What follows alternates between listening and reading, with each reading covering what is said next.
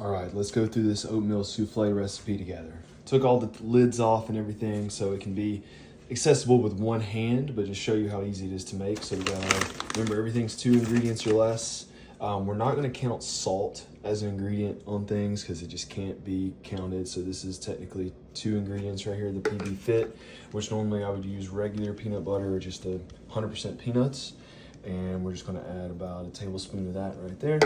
Then we can add our 4 eggs, and this can be done in any fashion. It does not matter as long as you mix it up appropriately. But we're gonna add 4 eggs. Again, these are some are from a farm, some are from the store. I'm sure you guys can tell the difference in which one is bought locally down the street at the farm and the other ones that are bought at the grocery store, which is fine with me. I will go get some more farm fresh eggs soon. You can see the difference in the 2 farm fresh versus the 2 from the store, right? So now that we have this done, that's our wet ingredients.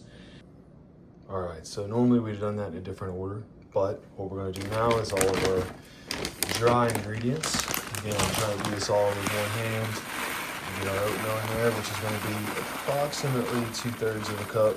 And the reason for that is just for the carbohydrate count. This is the protein oatmeal, so it's got 10 grams of protein in there versus the other that only has 7 or 6.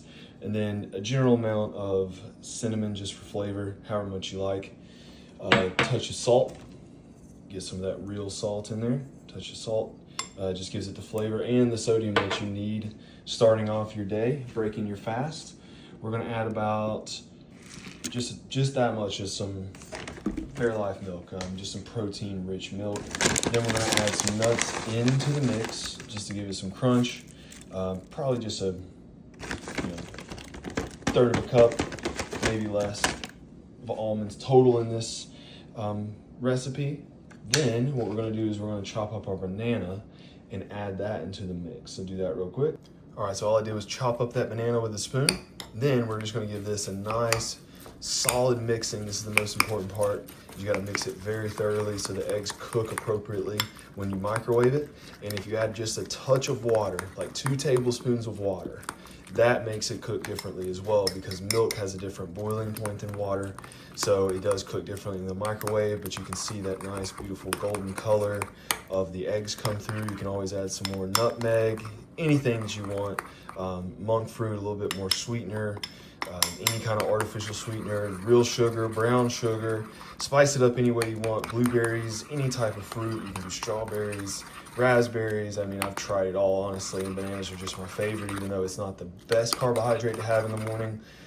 Fruit-wise, it does give some micronutrients, and I am on an 18-hour fast, and this will break it, and I will not have another meal for another 6 hours with a workout in between. And that'll be the last meal of the day, and then that'll be my 6 hours of eating.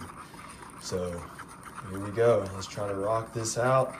Show you guys the final result in just a second. But again, thoroughly mix it. You can use a fork, makes it a little bit easier. About that consistency right there. Just get all the eggs beaten together.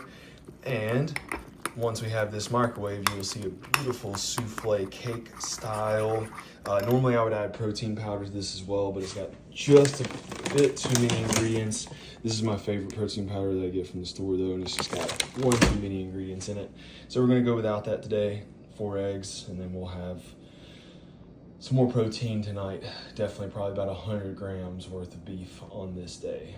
All right, let's check it out in just a minute. All right, so now we're just gonna simply microwave this for 5 minutes. Give it a stir, give it 2 more minutes, let it go for the full 7 if you want it to be just like a cake.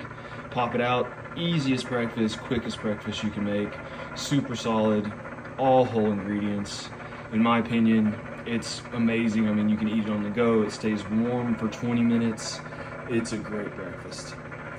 Way to break your fast. All right, let's give you guys a sneak peek after 5 minutes. See how it just pulls away from the bowl like a cake like that, right? So it's kind of puffed up like a souffle in there. Now we're just gonna mix this together, let it continue cooking. You can add some butter to this. Again, you can add some more protein. You can add some milk if it gets a little overcooked and bring it back to life. But what we're gonna do is just make sure those eggs are all nice and combined. And then at the end, you can add some maple syrup on top, just a little bit, maybe some honey. A little bit more almonds, maybe some pecans go really well with this. Little touch of salt, and there you go. You have a good breakfast, solidly made in less than 12 minutes. If I was doing this with both hands, I could easily have everything cleaned, completely finished in 10. There you go. All right, it's going back in the microwave and we'll be done. All right, so here's the final result. This again is about 700-ish calories. I did put some butter in there, some grass-fed butter, about 1 tablespoon of honey, a little bit of salt, just a sprinkling of almonds just to give it that crunch on top, a little bit of flavor, contrast. Again, we're using this as fuel. It still tastes great.